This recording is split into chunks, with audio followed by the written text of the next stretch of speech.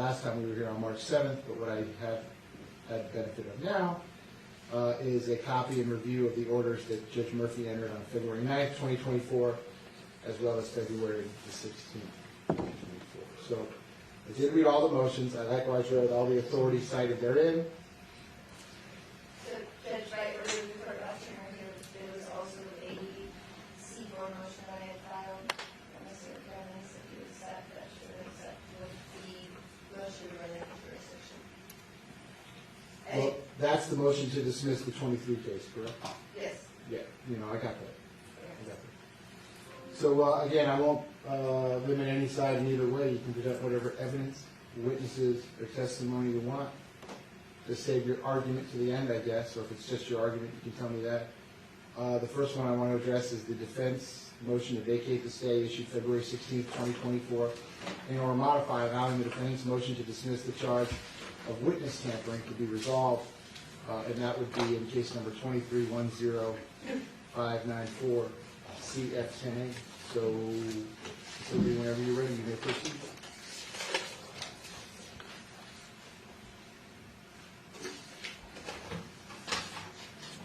So I did bring a copy of the order, but the court has the order themselves.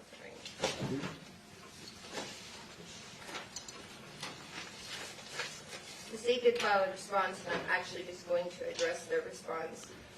If the court had reviewed the order of Judge Murphy, although the last time I had asked for the stay to be lifted, he said he wasn't going to lift it, and then he gave an analysis. He actually says in the order, even though I'm lifting it, I'm going to set down an analysis that you can follow to see how it works. Looking to the state's motion, they basically said that they disagree with the motion. They feel that, and just so the court's aware of what it is, it's not even the entire promotional video. It's a few seconds of a promotional video. It's a Gmail account to Mr. Devon's booking agent. So when you wanted to book shows for him, there was emails sent to, I believe, a Gmail account, a Facebook account. And text messages that would have predated the two alleged victims in this case, predating their death.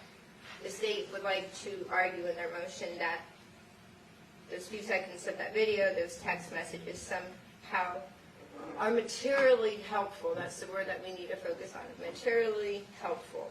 And then they go on to argue that 924 says that this court is divested of all jurisdiction. They actually go on in their response and tell us, regardless this court's without jurisdiction, they further go on and say that this court had previously ruled that there was no jurisdiction, and in actuality, that's not true. When you look at what the court had stated, it actually said, if you go to page 2 of 5, the state argues that the automatic stay provision of section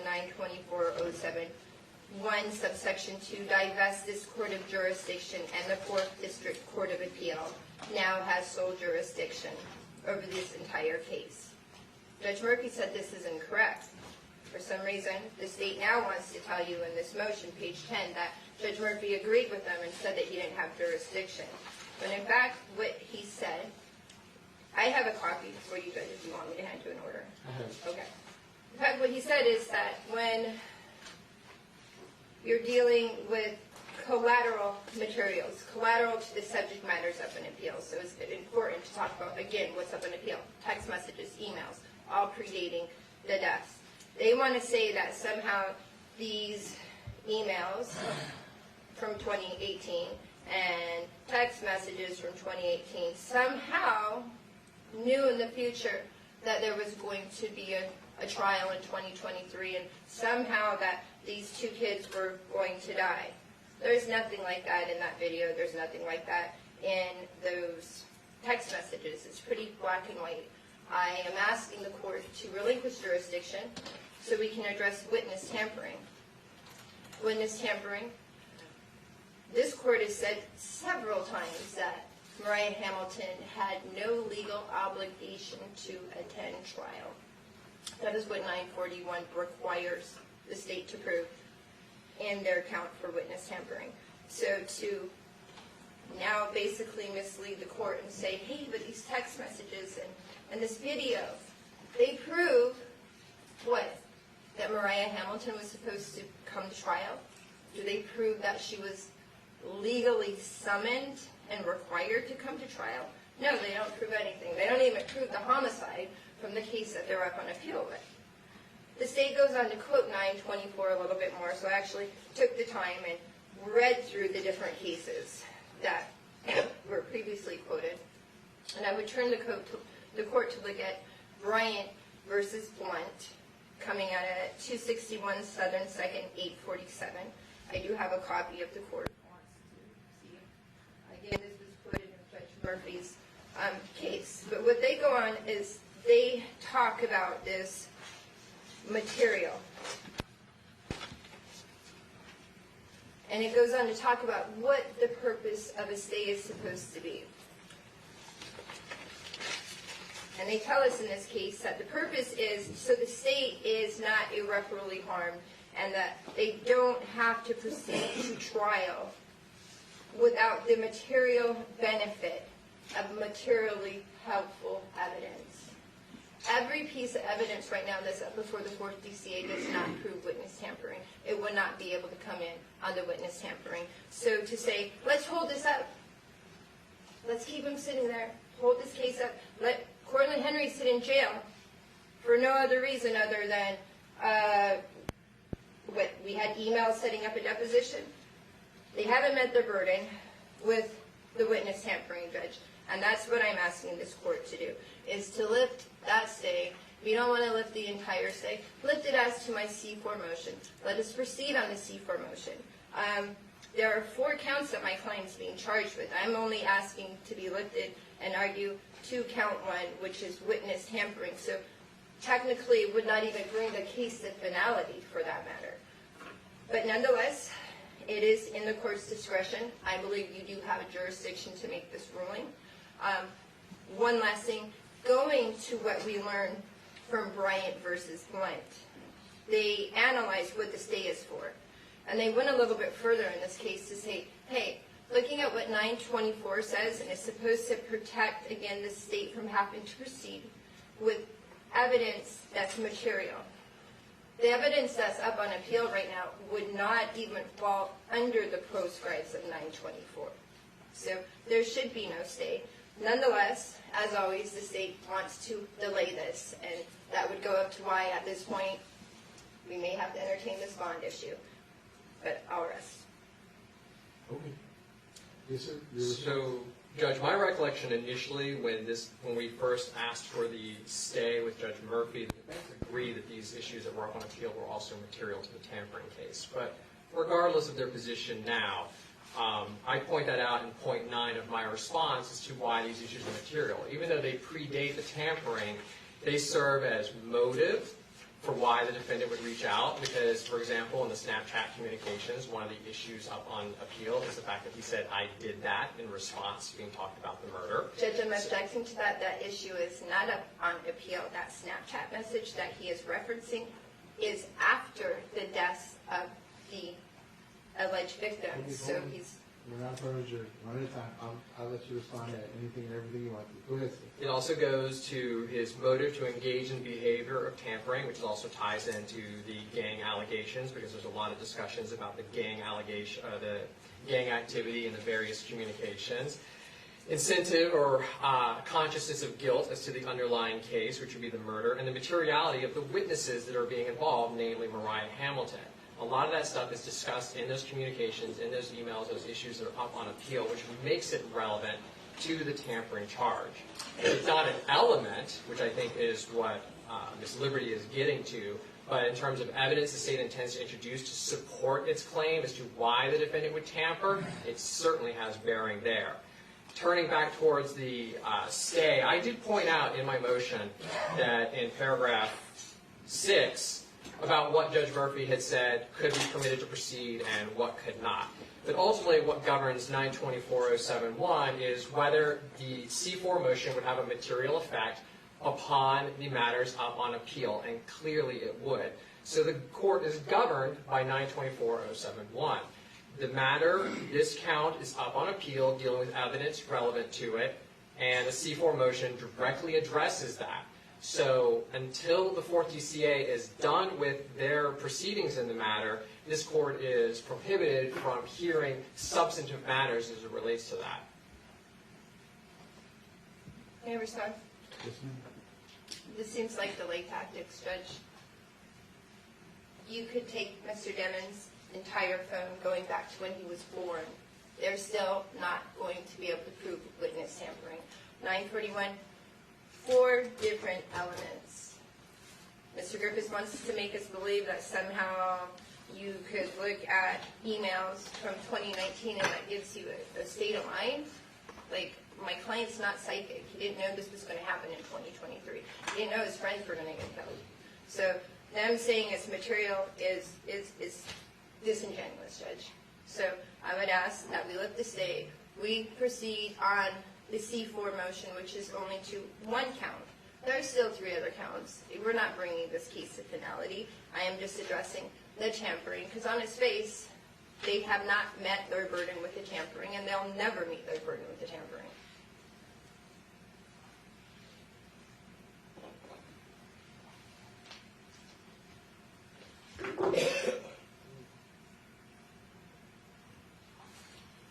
All right, so, Mr. Griffiths, I'm looking at standard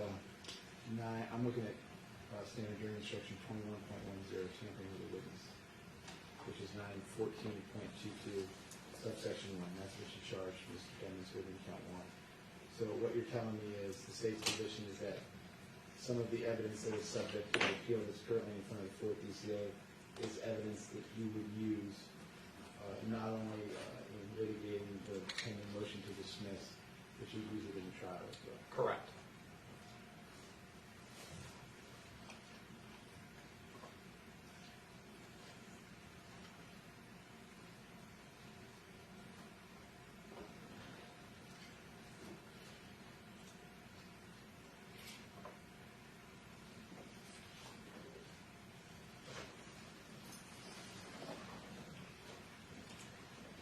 Okay. All right, so listen, I certainly understand the defense position, and I certainly would like to bring all these matters to fruition as quickly as we can. However, that being the case, I'm nevertheless constrained to follow the law. The plain text of 924.071 subsection 2 says, an appeal by the state from the pretrial order shall stay the case against each defendant upon whose application the order was made until the appeal is determined. If the trial court determines that the evidence, confession, or admission that is the subject of the order would materially assist the state in proving its case against another defendant, and the prosecuting attorney intends to use it for that purpose, the court shall stay the case of that defendant until the appeal is determined. So I don't think I have any choice here but to rule in the state's favor on this. I don't have any jurisdiction. You all disagree about what the evidence does or doesn't show. I'm certainly not in any position, nor is this an evidentiary hearing where I'm going to decide who's right or who's wrong about that. But I'm looking at count 1. The state has to prove that this alleged tampering was with the intent to withhold testimony or withhold something or affect the testimony or truthful testimony. And then element number 3 says that the official proceeding involved in the investigation of and one of the choices is capital offense. So, Judge, what they have to prove with 941, which is the most important element, is that Mariah Hamilton was served with legal summons to attend an official proceeding. In this case, under that statute, 941, it defines what official proceedings are. The only applicable one would be the trial that occurred in May of 2022. So with that in mind, that they must prove that there was... You're making a jury argument. We're not at the motion to dismiss. The only way that I can grant your motion is if I decide under 924.071 subsection 2 that this evidence can be related at all. And the state's telling me that it is related. I understand your position is that it's not related, but I'm in the position that 924 does not apply because it is not materially related. And I would also I know you're ruling, but with that said, if that was so much the case, then why haven't they stayed Cortland Henry's case or Terrence Mathis's case? Because this evidence still can't come in their case.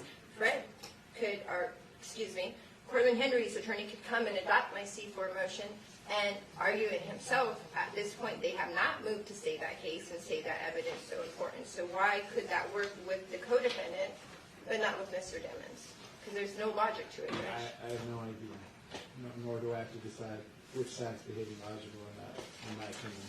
Lucky for me. So, on this one, again, pursuant to 924.071 subsection 2, the defense motion to vacate the stay issued on February 16, 2024, and or modify, allowing the defendant's motion to dismiss the charge of witnessing and resolve. Respectfully, this may be denied. For the reasons I just stated on the record, I will enter the appropriate written order. So although you have a role, I would just leave this impression with the court. We did have this hearing. We did discuss the state. The state had represented that it had no issue with this proceeding forward, and here we are back as state while he waits. Thank you. Okay, the next one is the defendant's motion to compel discovery or an alternative to reveal the extent of the state's intrusion on the defendant's right to due process, client confidentiality, attorney-client relationship. So, Mr. Anderson, I think you filed that whenever you're ready. He did, Judge, and I talked to Mr. Aronson before the court took the bench today. When that motion originally came in, I emailed your judicial assistant and listed out some reasons why the state would not be ready to argue that today. I'm still in the process of creating a response as well as investigating some of the issues that were raised. I'm not prepared to argue that today. I would ask the court to set this when the bond hearing is set. Okay, that request is denied. Go ahead, sir. Erna, here is the case law. You said you read it already, I but did. I'll give you a whole packet because my secretary would be very upset if I make her make these copies and I don't give them to anybody. Understood. Your Honor, since you've read the motion and you've read the case law, it appears to me, appears to us, that you previously did not believe that you had the authority to conduct a hearing based upon whether there is a conflict between Ms. Liberty and Mr. Demmons as far as her still representing them. I believe one of the cases that I submitted says that, in fact, the court can hold that type of hearing. But that's not the gravamen of this motion. The motion is really focused on the other Sixth Amendment rights: attorney-client privilege, and effective assistance of counsel, and due process under the Fifth Amendment. Now, all the cases I gave to the court, there's not one on point, because this area of the law seems to be incredibly fact-specific. But the one thing that we know from all these cases is, A, the state should have revealed a year and some odd months ago, that in fact Ms. Liberty's Apple accounts had been searched. They did not do that. The case law seems to be very clear also, Your Honor, that because they have this material, and I jump ahead and I'll jump back, we don't know what they have. What we know is that they seized Ms. Liberty's Apple accounts through a search warrant. But when asked whether there were other search warrants or whatnot, the state still has not revealed whether anything else of Ms. Liberty's accounts have been searched. They did tell us that, in fact, that no other attorneys' accounts were searched. But during a federal hearing as to Mr. Demmons being released, it was the interpretation of the attorneys there that the sheriff's office was saying there may have been other investigations of other people. We interpreted that to mean our investigator. We are not positive. It was muddled as far as what was being said. So there may be other investigations going on that we don't know of. But as to this, we know at least Ms. Liberty's Apple account was searched and seized, and everything in it was seized from the inception of the account on, prior to her knowing Mr. Demmons, prior to the murders, or prior to anything. They go back, I believe, to 2019 in January is when they're seeking the information went back as far as that, but it also goes back into the historical stuff of the accounts, when it was set up, things like that. So even though it's maybe delineated for 2019, you get information that is part of the entire account. So they have all these records. We don't know what they are, but we have a problem because they have all these records. The case law, if you've read it, says under the Sixth Amendment, if client confidentiality has been breached, we have to specifically file a motion delineating what we believe is client confidential. We cannot do that if we don't know what they have. We have the right to go into whether or not the prosecutors on this case have been tainted by the material that they received in the investigation of Miss Liberty. Remember, I only represent Mr. Demings. I don't represent Miss Liberty. So how this affects Miss Liberty is irrelevant to me. But they have seized all of her accounts. In that, are there comments made about our trial strategy? Are there emails, are there communications, text messages about our trial strategy? How about whether or not she just met with Mr. Demings and Mr. Demings says this, and this? The bottom line of all of this is they did a mass seizure of everything in Miss Liberty's Apple accounts, and in order to be able to defend him properly, we need to know what they have. We need to know whether it was received properly, whether it was reviewed properly by a taint team, whether they went beyond the taint team and things were discussed with the prosecutors. Now, if you went through all these cases, you notice that during these hearings, prosecutors are called to testify, agents are called to testify. We don't know which prosecutors to call. We don't know which agents to call. We know nothing. We are totally in the dark. Again, if you've read all this case law that I provided for you, there's case law that says we have to demand all the material be returned, and that they have a duty to return that case law. They have a duty to return everything to us without them having copies. As I said, each case is a little different from the next. I'm not here asking the court to dismiss the case. I'm not here asking the court to sanction the state. What I'm asking the court is to make the state reveal to us all that they have so we can determine whether there is a conflict, and as I said, that's not the gravamen of this motion, but whether there's a client-attorney privileged material that they have in their possession, whether they have an effective assistance, whether they've destroyed our effective assistance of counsel because they now know our trial strategy or what we're going to do, what we're planning, and as the case law shows you there, that takes away the effective assistance of counsel. And then overall, we need to know all that's going on because there's the Fifth Amendment due process rights that you have. And even if everything they did up until this point allows them to get this material, you have to still eventually look at the totality of the circumstances and has my client's due process rights been violated? And that's going to be a bigger picture starting from the time that they withheld grading material and things of that nature. But we're entitled to know everything they have. We're entitled to see everything they have. We're entitled to know what witnesses have seen everything, who took part in this, what information was shared or not shared with this trial team. We're entitled to all those things because without it, we cannot effectively represent our client. So before I ask the state to respond, I see the 6 bullet points specifically that you requested. Return seized property that belongs to Mr. Demings. And we'll skip number 2 for a moment. Provide notices of defense to all the documents that have a bearing on attorney-client privilege. Provide the protocol that was used to segregate the information. Provide a list of witnesses who were involved in obtaining the search warrant. And any and all documents related to Ms. Liberty's account. I don't know if the cases that I read support all those specific requests, but my question is this: as to number 2, if I have copies of all materials in the state's possession obtained from the accounts, doesn't that solve your whole problem, at least for now, if I just order them to turn over everything they got? It's a start, but it's not a finish.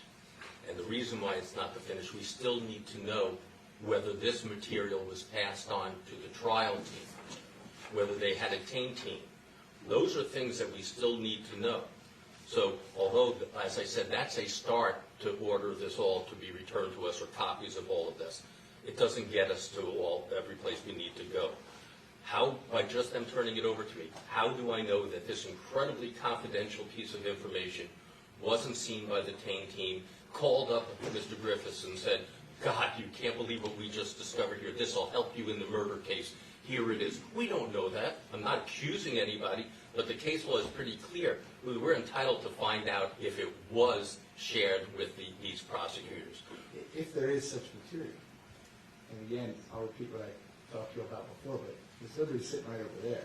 And you can have a discussion with her anytime you want. So I suspect you probably know what's included in her. Your Honor, she knows what's included in her. No, Your Honor, you're wrong, and I don't mean that nasty to the court. Will you please tell me the communication that you sent to so-and-so on January 23rd, 2022? You don't know. Listen, quit while you're ahead. I think you're probably entitled to all this stuff. Excuse me? I said quit while you're ahead, because I think you're probably entitled to all this stuff. But, Mr. Griffiths, over your objection, I know you said you wanted to prepare some response, but, and I might be skipping ahead to Mr. Edelstein's motion next, but I entered an order February 18th, 2025, at least in part bringing the request for discovery that you all were to comply with 3.220. So you got these materials in December of 23. I don't see any discovery submission on the docket. So Correct. am I correct? The state has not made any supplemental discovery disclosure regarding any of these materials? Correct. Okay. So I presume that means you're not going to use any of this at the trial because Correct. you've had an obligation to do so and you Yes. haven't done it. And that was my comment to the court. If you're not going to use any of it at the trial, and again, to repeat myself, as I seem to do every time we all get together, since Mr. Demons is entitled to heightened due process because of the penalty that's involved here, you haven't charged Ms. Liberty with anything. You've had over 17 months to do it, 15, 16 months to do so. Despite your all's position, I've previously found that it's not an ongoing investigation because you haven't done anything. Now you're telling me there was no materials involved that were turned over to the state that even warrant you supplementing discovery. So if that's the case, what is the harm with me granting the number 2 request that you all just copy everything that was given to you and give it to the defense so they can see what it is? Because I can't find any harm at this point. So what's the harm? So let me back up a little bit. So despite what the court feels is no longer an open investigation, it does remain an open investigation. I have met with the detective. The investigation is still open. All right, well, but that could be forever. I Additional- hate to interrupt lawyers, but that could go on forever.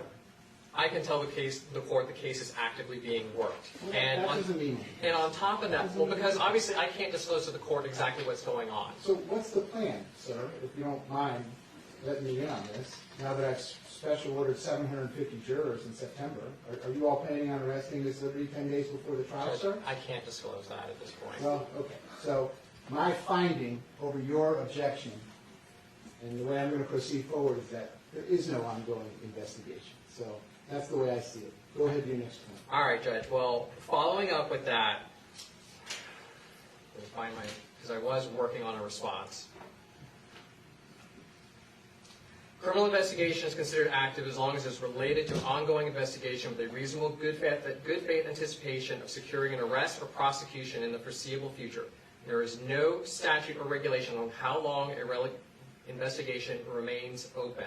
That's Florida Statute 119.011, Florida Freedom Newspapers versus Dempsey at 478 Southern 2nd, 1128, Avila versus Miami-Dade County at 29 Southern 3rd, 401. There's other citations, but that's the first two. There's no time limit, and as an officer of the court, I'm telling this court this remains an open investigation. It is currently and still being worked. The materials that they seek, first of all, there's been no seizure. The case law actually talks about this. Copies of her Apple records were provided to BSO, which were then subject to the filter team, but she was never deprived of those records. She still has access to them. The lack of seizure, so there's been no seizure. The lack of seizure is echoed in Ray's search warrant to Google, which is at 232 Federal Supplement 708, and Ray's search warrant issued to Google at 264 Federal Supplement 3rd 1268, U.S. versus Lorna, 333 Federal Supplement 3rd 172, matter of search info associated with a redacted Gmail account at 2017 Westlaw 2480752, which all cite to U.S. v. Jacobson at 446 U.S. 109. A seizure of property occurs when there is some meaningful interference with the individual's possessory interest in that property. There's been no seizure. We have copies, yes, but there's been no seizure. As the court has pointed out, she has copies, she has access. So she has what the state, she probably has more, honestly, but she has what the state has. So she has access to whatever it is that we've reviewed. And so then, if that's true, the harm in me ordering you to turn it all over, so then she'll have 2 copies of what she already has, is what? I'm telling the court there's been no seizure and it remains an open investigation. Let's say you're right, which you're clearly not, but let's say you are. He has to decide who he wants his lawyers to be. We keep having the same discussion. And How many trials do you want to do? And I'm protecting my open investigation, Your Honor. No. You all decided to do what you decided to do. Anything else you want to tell me about this? Yes.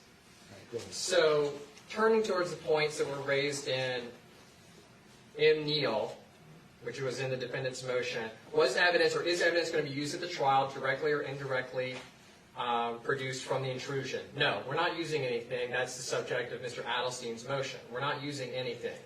Was the intrusion by the government intentional? Yes, that's why we obtained a search warrant. Did the prosecution receive otherwise confidential information about the trial preparations or defense strategy as a result of the intrusion? No, we have not received anything. The trial team handling this case has received no confidential communications. And were overheard or any conversations or other information used in any way to substantial detriment to the defendant? No, because we're not using anything. We don't know anything about their strategy from anything that's been recovered. So they can't even establish the prongs that would require the court to compel us to turn over these materials. He's right about that. We're not. This isn't an evidentiary. I mean, you all aren't making an evidentiary hearing because you can call whatever witnesses you want, but no one's calling any witnesses. You guys are the lawyers. You're not witnesses. So I understand what you just said, but there's no record evidence of that. I know. You want to call some? I'm proffering to the court. Proffer's not going to do it, sir. Today's April 1st. His trial's September the 10th. That's why you might have noticed, although I don't prejudge anything, every time someone asks me to slow down on something, I deny it because it's time to do this work and get done with it. So I haven't heard anything yet that says don't turn it all over. So anything else? And again, Judge, that is why I asked for additional time, because 4 days prior to this hearing, with the issues that I raised in my email to your judicial assistant, I still have not completed all my work in terms of responding to this. If I order you all to turn it all over to me, and I review every single part of it, you believe I'm going to determine that nothing qualifies under 3.220, nothing they're entitled to prepare for trial? Judge, we're not using anything. That wasn't the question. I understand the court's question. I'm telling the court I don't have access to everything because obviously there's a filter team in place. You don't know. Right, but I don't know because I'm not entitled to know, nor will I know. But the state hasn't turned anything over. Because we're not intending to use it. It's not going to That's not affect what Mr. Denman's 3.220 case. says. It's not what you intend to use. That's their standard. But that's what They have to turn over the what they case law intend and to the use. statutes You have to talk about. turn over everything that you know about.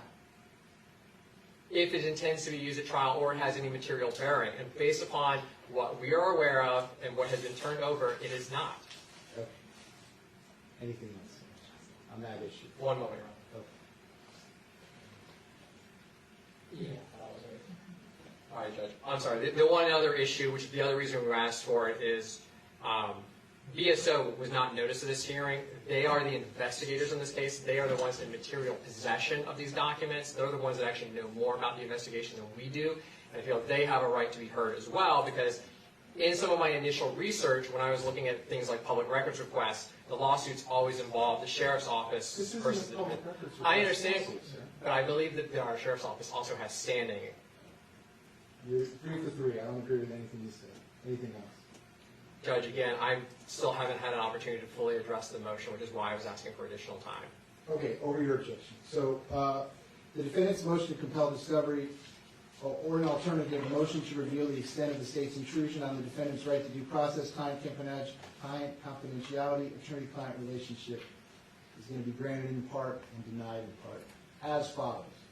It's granted as to paragraph 2, giving the state 20 days to provide the defense copies of all materials in the state's possession obtained from Attorney Raven Liberty's appellate counsel. The other 5 requests are denied without prejudice, depending on the outcome. Thank you, Your I Honor. will give you a written order on that. Next.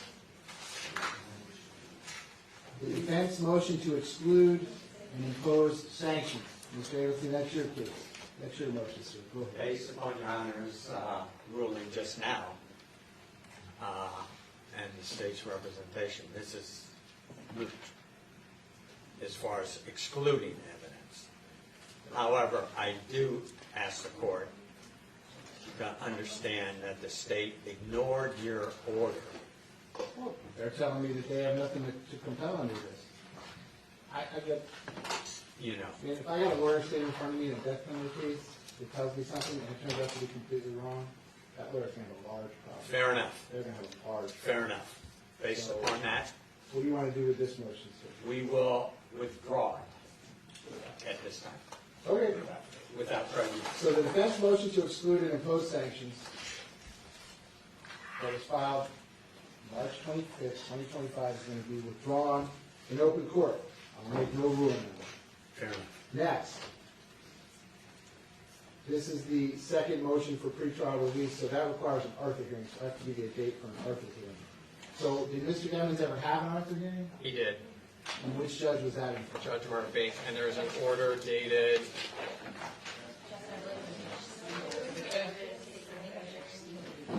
I have an order for Judge Murphy as well, September 21st, 2023, and I'm being told Judge Siegel did one as well. He's had 2 Arthur hearings.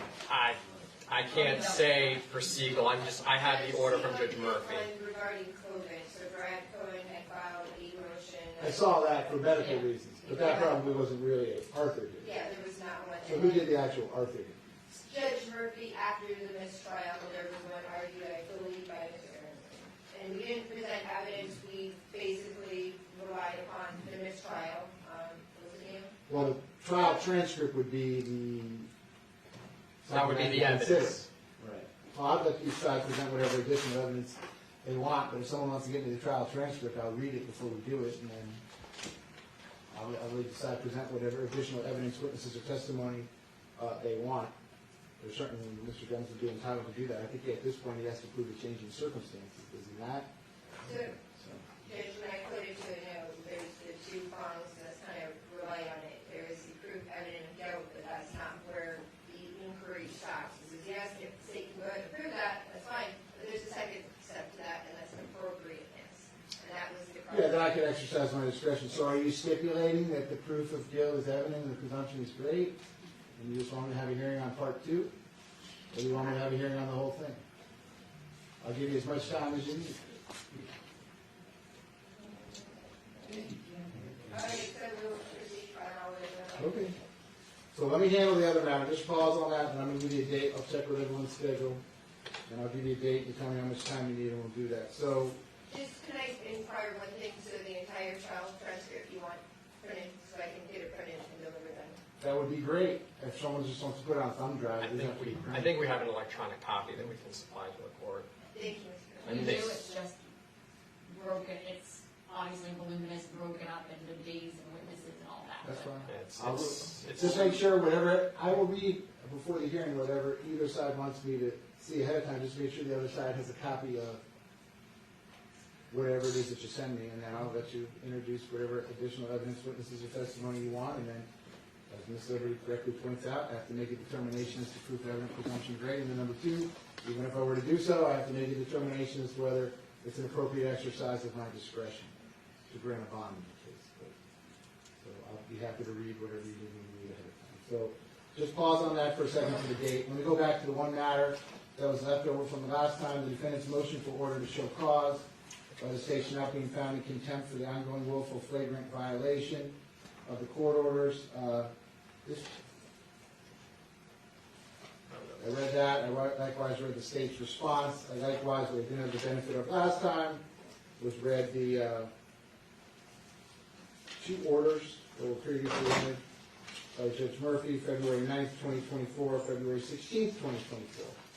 I'm sorry, Judge, I'm just trying to figure out which motion you're referring It to. was the first one listed on the previous notice of hearing the last time we were here. Number one, defendant's motion for order to show cause to the state of Florida's ongoing willful and flagrant violation of a court order dated February 9th. I didn't have the benefit of the state's written response. I didn't have the benefit of the orders, so I told you all that I would hear that today, which is April the 1st. So there I am.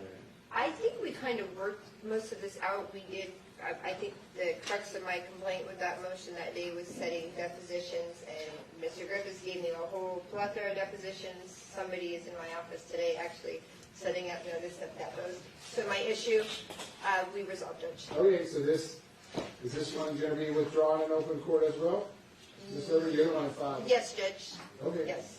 So Ms. Wilcox, Whatever. defendant's motion for order to show cause by the state of Florida should not be found in contempt for ongoing willful flagrant violations of the court order dated February 9, 2024. This motion was filed February 8, 2025. That one's going to be withdrawn in open court. So that's all that I have today. I'm going to give you a hearing date for the renewed Arthur hearing. Ms. Liberty, how much time might you need for that hearing? How long will you take to get him the transcripts, Mr. We're going to go back and email the transcripts this afternoon. I think Taylor's a bit more. Oh, they're huge. We'll be delivering them on a thumb drive either this afternoon or tomorrow. So, No, they're not that organized. here, here's a drive I brought for something else that I can give. Oh, no, they don't need to speak. We can get the judge just got a copy. To go through what we have, right, make sure you guys have a copy, make sure we're all. I think the issue is that we have the transcript divided by witness and topic, so it's not in any kind of. Whatever I'm saying is. So you know that Travis, the last clerk, actually had filed in the docket a day-by-day synopsis of what happened in trials. So Wait, no, that's what day we one, said. We we just trying to testified. put that together, and I don't even know if we still have them. No, I just printed it, Travis did it. Oh, wait, no, that, but I don't know that we have all the transcripts. We know what happened each day, but we don't have. There are- If there are- you We're give missing me the transcripts. USC this week, like by the end of the week, I will take on that task. Oh, I mean, if you wanted that, I may not have a copy of what we have, and you can tell me if there's anything. We can all confer, Judge, between each other and see if they have things we don't, if they have things they don't, and figure out what Yeah, transcripts listen, we're I'll missing. set this as soon or as far away as you need, but when we do have the hearing, how much time do you need? I can give you as much time as you need. You want a whole day? You Give me a want whole 2 day. days? Tell me what you want. A whole day? Just a whole day, yeah. You read the transcript, I think I can do it in a whole day. How long do you need this thing? We're going to rely on the transcript, so. Yeah. We're just going to do an argument. You want to do it on Monday, April 21st?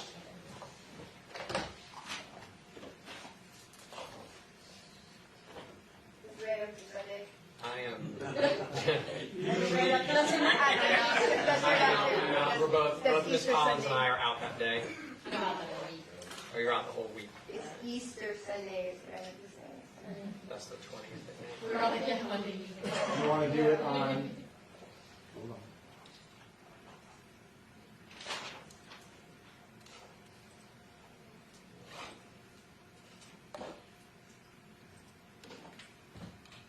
Monday, May the 5th?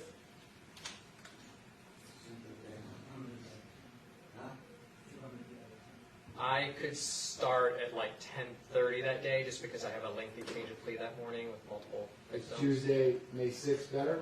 It is for me, I don't know about Ms. Collins. It might still be in trial before in front of Judge Leday, but if not. Because we do it the week after, I'm, state, case I'm trying to finish up in California that week. I'm open that Yeah, that week. week after, I should be. I'm gonna have 4 co-defendant murder trials, starting on Wednesday, May 7th. I can do any day, basically between now and then. I have one other trial, but once May 7th comes, May 7th. I'm in trial. No, he's starting trial May 7th. So May 6th. May 6th. Again, this is just for the Arthur hearing, Mhm. nothing else. State, does May 6th work for you? It works for me, Ms. Collins, hopefully we'll be down in trial. If not, I'll be doing some heavy lifting. Defense, does May 6th work for you? Yes, other than I have a calendar call that'll take 10 minutes, hopefully that does not interfere. I'll send it at 9:30, start at 9:30. I'll give you the My whole day. calendar call is at 1:30, so I may have to just, In this building, yeah. I can handle that for you when the time comes, just remind me of that. Okay, so, Ms. Wilcox, put down, Mr. Simmons, put both case numbers down, please, for, defense, motion to set bond, Arthur hearing, Tuesday, May 6th, at 9:30 a.m. This case remains set for trial, both cases, September 10th, at 9 o'clock. State, is there anything else that you need me to do regarding Mr. Devon's today? One moment, Your Honor.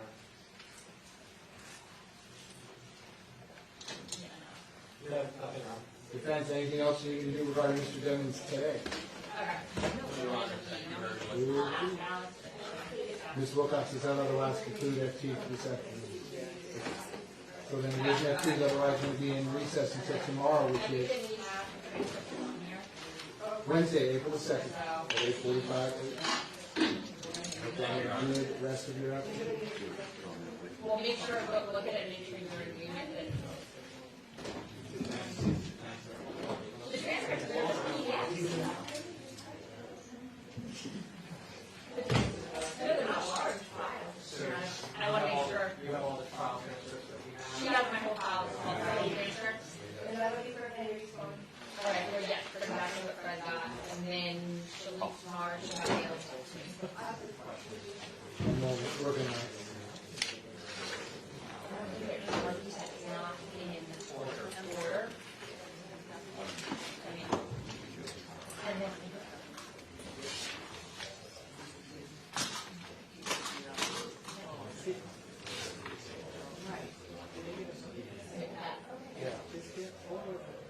Guilty they're, I think they're doing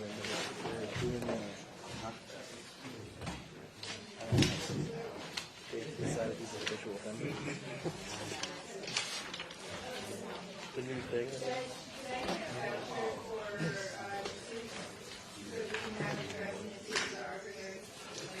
Yeah, Ms. Wilcox, give me a blank order, just fill it out. Show you this how I'm doing it. Have a good day, Jim. See you next time.